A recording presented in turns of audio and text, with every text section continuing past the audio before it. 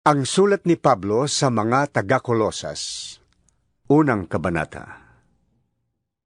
Mula kay Pablo, apostol ni Kristo Jesus ayon sa kalooban ng Diyos, at mula rin sa kapatid nating si Timoteo, para sa mga taga-Kolosas na hinirang ng Diyos at mga tapat na kapatid kay Kristo. Sumainyo nawa ang pagpapala at kapayapaang mula sa Diyos na ating Ama. Tuwing ipapanalangin namin kayo, lagi kaming nagpapasalamat sa Diyos na Ama ng ating Panginoong Hesukristo. Nabalitaan namin ang inyong pananalig kay Kristo Jesus at ang inyong pag-ibig sa lahat ng hinirang ng Diyos. Dahil sa pag-asang makakamtan ninyo ang mga inihanda para sa inyo doon sa langit. Nalaman ninyo ang tungkol sa pag-asang ito nang ipangaral sa inyo ang salita ng katotohanan, ang magandang balita na dumating sa inyo. Ito'y lumalaganap at nagdadala ng pagpapala sa buong daigdig. Tulad na nangyari sa inyo mula nang marinig ninyo at maunawaan ang katotohanan tungkol sa kagandahang loob ng Diyos. Natutunan ninyo ito kay Epafras, ang aming kamanggagawa, tapat na lingkod ni Kristo at kinatawan ninyo. Sa kanya namin nalaman ang tungkol sa pag-ibig na ipinagkaloob sa inyo ng Espiritu. Kaya't mula nang marinig namin ito, patuloy naming idinadalangin sa Diyos na sana'y ipabatid niya sa inyo ng lubusan ang kanyang kalooban sa pamamagitan ng karunungan at pangunawang kaloob ng Espiritu. Sa gayon, makapamumuhay na kayo ng karapat-dapat at kalugod-lugod sa Panginoon. Sasagana sa lahat ng uri ng mabubuting gawa at lalawak ang inyong pagkakilala sa Diyos. Idinadalangin din naming patatagin niya kayo sa tulong ng kanyang dakilang kapangyarihan upang masaya ninyong matiis ang lahat ng bagay na may pagtitiyaga. Lagi kayong magpasalamat sa Ama sapagkat minarapat niyang makabahagi kayo sa mga pangako ng Diyos para sa mga hinirang na nasa liwanag. Iniligtas niya tayo sa kapangyarihan ng kadiliman at inilipat sa kaharian ng kanyang minamahal na anak, na nagpalaya at nagdulot sa atin ng kapatawaran sa ating mga kasalanan. Si Kristo ang larawan ng Diyos na di nakikita, at siya ang may kapangyarihan sa lahat ng nilikha. Sapagkat sa pamamagitan niya ay nilikha ang lahat ng nasa langit at nasa lupa, nakikita man o hindi. Pati ang mga espiritual na kapangyarihan, paghahari, pamamahala at pamumuno. Ang lahat ay nilikha ng Diyos sa pamamagitan niya at para sa Kanya. Siya ang una sa lahat, at ang buong sansinukob ay nananatiling nasa kaayusan sa pamamagitan niya. Siya ang ulo ng iglesia na Kanyang katawan. Siya ang simula, ang panganay na anak, ang unang nabuhay na muli upang maging pinakadakila sa lahat. Minarapat ng Diyos na ang buo niyang kalikasan ay manatili sa anak. At inibig niyang ang sandaigdigan ay makipagkasundo sa Kanya sa pamamagitan ng anak. Sa pamamagitan ng dugo ng Kanyang anak, nagkasundo nga ang Diyos at ang lahat ng nilikha, maging sa langit at sa lupa. Dati, kayo'y malayo sa Diyos at naging kaaway niya dahil sa inyong kasamaan. Ngunit sa pamamagitan ng pagkamatay ni Kristo, kayo ay ginawang kaibigan ng Diyos. Nang sa gayon, ay maiharap niya kayong banal, walang kapintasan at walang dungis.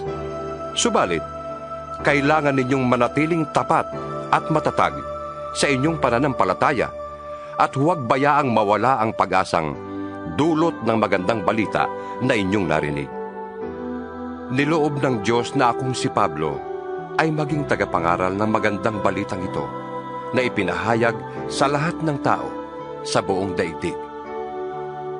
Nagagalak ako sa aking paghihirap alang-alang sa inyo, sapagkat sa pamamagitan nito'y naipagpapatuloy ko ang paghihirap na tulad ng kay Kristo na kailangan ko pang gawin para sa iglesia na Kanyang katawan. Ako'y naging lingkod nito nang hirangin ako ng Diyos upang ipahayag sa inyo ang kanyang salita. Ang hiwaga na sa mahabang panahon ay inilihim sa maraming salit-saling lahi, ngunit ngayoy inihayag na sa kanyang mga hinirang. Inibig ng Diyos na ihayag sa lahat ng tao ang dakila at kamanghamanghang hiwagang ito na walang iba kundi si Kristo na nasa inyo. Siya ang ating pag-asa na tayo'y makakabahagi sa kalwalhatian ng Diyos. Yan ang dahilan kung bakit ipinapangaral namin si Kristo. Ang lahat ay aming pinapaalalahanan at tinuturuan ng may buong kaalaman upang maiharap namin sa Diyos ang bawat isa ng ganap at walang kapintasan dahil sa kanilang pakikipag-isa kay Kristo. Ito ang aking pinagsisikapang matupad sa pamamagitan ng kapangyarihang kaloob sa akin ni Kristo. Ikalawang kabanata. Ibig kong malaman ninyo kung gaano kalaki ang pagsisikap ko para sa inyo. Gayon din, para sa mga taga-Laodicea at sa lahat ng hindi pa nakakakita sa akin ng personal. Ginagawa ko ito upang palakasin ang kanilang loob at upang mabuklod sila sa pag-ibig. Sa gayon, magkaroon sila ng ganap na pagkaunawa na bunga ng tunay na pagkakilala kay Kristo, na siyang hiwaga ng Diyos. Sa pamamagitan niya, nahahayag ang lahat ng karunungan at kaalaman ng Diyos. Sinasabi ko ito upang hindi kayo mailigaw ni numan sa pamamagitan ng mga pananalitang mapanghikayat. Kahit na wala ako riyan, kasama naman ninyo ako sa Espiritu. At ako'y nagagalak sa inyong maayos na pamumuhay at matibay na pananalig kay Kristo. Yamang tinanggap na ninyo si Kristo Jesus bilang Panginoon. Mamuhay kayo sa paraang karapat-dapat sa Kanya. Magpakatatag kayo at patuloy na lumago sa pagkakilala sa Kanya. Magpakatibay kayo sa pananampalatayang itinuro sa inyo, at lagi kayong magpasalamat sa Diyos. Mag-ingat kayo upang hindi kayo mabihag ninuman sa pamamagitan ng walang kabuluhan at madayang turo na hindi kay Kristo nagmula, kundi sa mga tradisyon ng mga tao at sa mga alituntunin ng mundong ito. Sapagkat taglay ni Kristo sa kanyang katawang tao ang kalikasan ng Diyos. Kaya't kayo'y ganap na sa pamamagitan ng inyong pakikipag-isa sa Kanya na siyang nakakasakop sa lahat ng kapangyarihan at pamamahala. Sa pamamagitan din ni Kristo, kayo'y tinuli hindi ayon sa laman. Ang pagtutuling ginawa niya sa inyo ay ang pagwawaksi ng masasamang hilig ng laman. Sa pamamagitan ng bautismo, nalibing kayong kasama ni Kristo at muli rin kayong nabuhay na kasama niya dahil sa inyong pananalig sa kapangyarihan ng Diyos na muling bumuhay sa Kanya. Kayong dating patay dahil sa kasalanan, kayong mga hintil na hindi nasasakop ng kautusan ay binuhay ng Diyos na kasama ni Kristo. Pinatawad niya ang ating mga kasalanan at pinawalang bisa ang lahat ng kasulatan laban sa atin, pati ang mga pananagutang kaugnay nito. Pinawi niya ang lahat ng ito nang ipako siya sa krus. Sa pamamagitan ng kanyang kamatayan sa krus, nilupig niya ang mga pinuno at kapangyarihan ng sanlibutan. Ang mga ito'y parang mga bihag na kanyang ipinarada sa madla bilang katunayan ng kanyang pagtatagumpay. Kaya't huwag na kayong magpapasakop pa sa anumang alituntunin tungkol sa pagkain o inumin tungkol sa mga kapistahan, sa bagong buwan o sa araw ng pamamahinga. Ang mga ito'y larawan lamang ng mga bagay na darating. Ngunit si Kristo ang katuparan ng lahat ng ito. Huwag kayong magpapatangay sa mga nagpapakita ng maling pagpapakumbaba at sumasamba sa mga anghel. Ipinagmamalaki nilang sila na kahihigit sa inyo dahil sa kanilang mga pangitain. Ngunit ang totoo, naghihayabang lamang sila dala ng kanilang isipang makalaman. Hindi sila nagpapasakop kay Kristo na siyang ulo at may kapangyarihan sa buong katawan. Siya rin ang nagturugtong ng mga bahagi nito sa pamamagitan ng mga kasukasuan at mga litin. Siya ang nangangalaga at nagpapaunlad sa buong katawan ayon sa pag-unlad na ninanais ng Diyos. Kayo'y namatay ng kasama ni Kristo at hindi nasakop ng mga alituntunin ng mundong ito. Bakit pa kayo sumusunod sa mga alituntuning tulad ng huwag hahawak nito, huwag titikim yan, huwag gagalawin yon? Ang mga ito'y utos at turo lamang ng tao at nauukol sa mga bagay na nauubos kapag ginagamit. Sa biglang tingin, tila nga makakabuti ang ganoong uri ng pagsamba at ang ganoong pagpapakumbaba at pagpapahirap sa sariling katawan. Ngunit ang mga ito ay hindi nakakapigil sa hilig ng laman. Ikatlong kabanata. Binuhay kayong muli na kasama ni Kristo.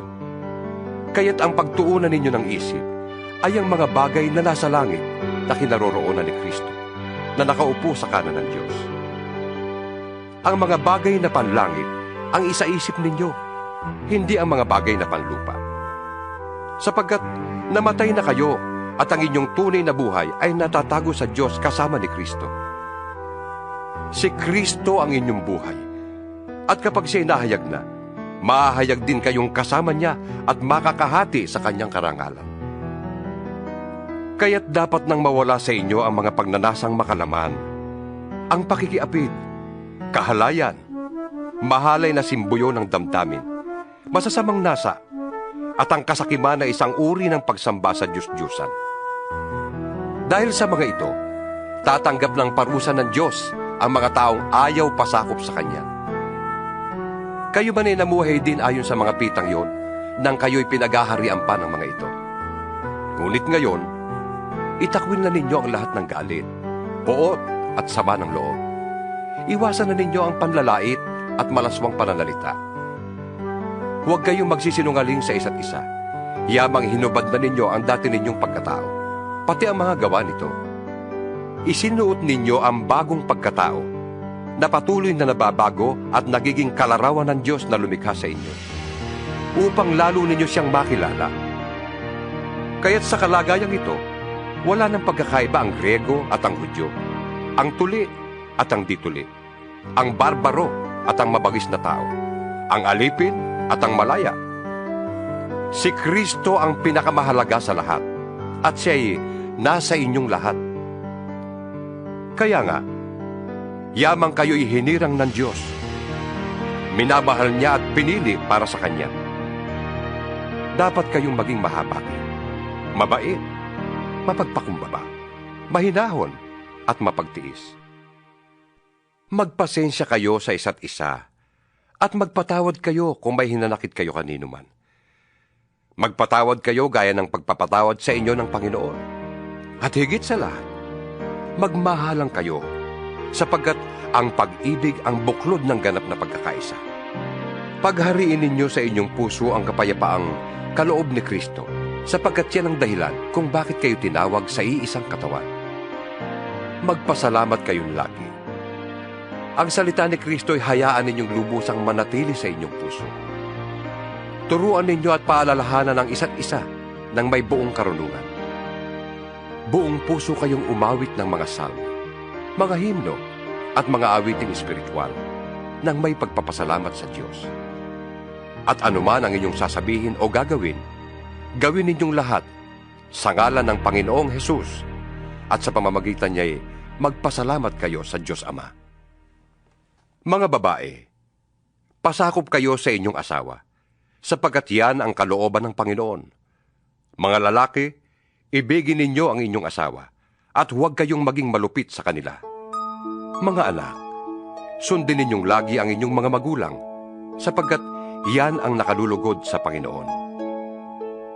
Mga magulang, huwag ninyong pagagalitan ng labis ang inyong mga anak, at baka masiraan sila ng loob. Mga alipin, sa lahat ng bagay ay sundin ninyo ang inyong mga amo. May nakakakita man o wala, maglingkod kayo, hindi upang kalugdan ng mga tao, kundi dahil sa kayo'y talagang tapat at may takot sa Panginoon. Ano man ang inyong ginagawa, gawin ninyo ng buong puso na parang sa Panginoon kayo naglilingkod at hindi sa tao. Sapagkat si Kristo ang Panginoong pinaglilingkuran ninyo, at alalahanin ninyong pagkakalooban kayo ng Panginoon ng gantimpalang inilaan niya para sa inyo.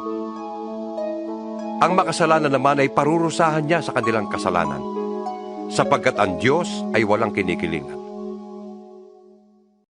Ika-4 na kabanata.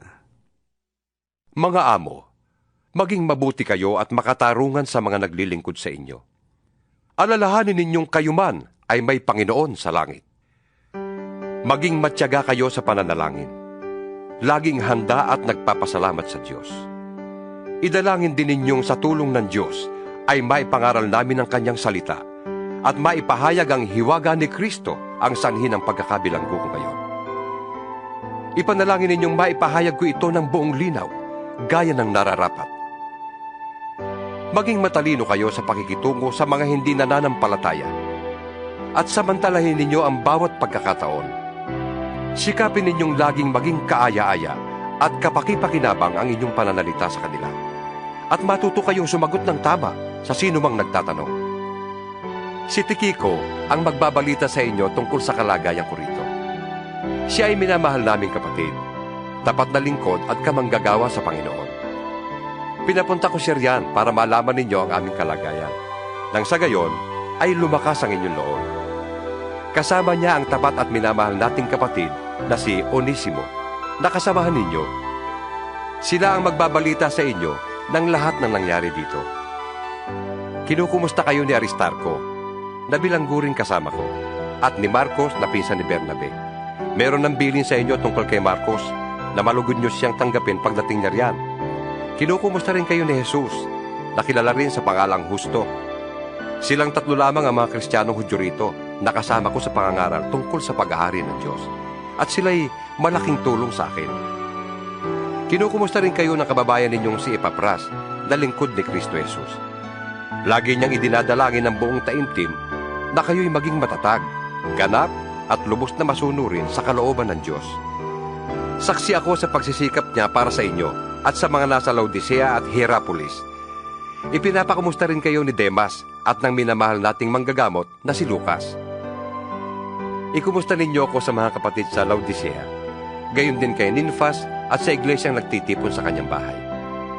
Pagkabasa ninyo ng sulat na ito, ipabasa rin ninyo sa iglesia sa Laodicea. Basahin din ninyo ang sulat kong manggagaling doon. At ipakisabi ninyo kay Arkipo na ipagpatuloy ang gawaing tinanggap niya sa Panginoon. Akong si Pablo ang siyang sumulat ng pagbating ito. Huwag niyo sanang kalilimutan na ako'y nakabilanggo. Naway sumainyo ang pagpapala ng Diyos.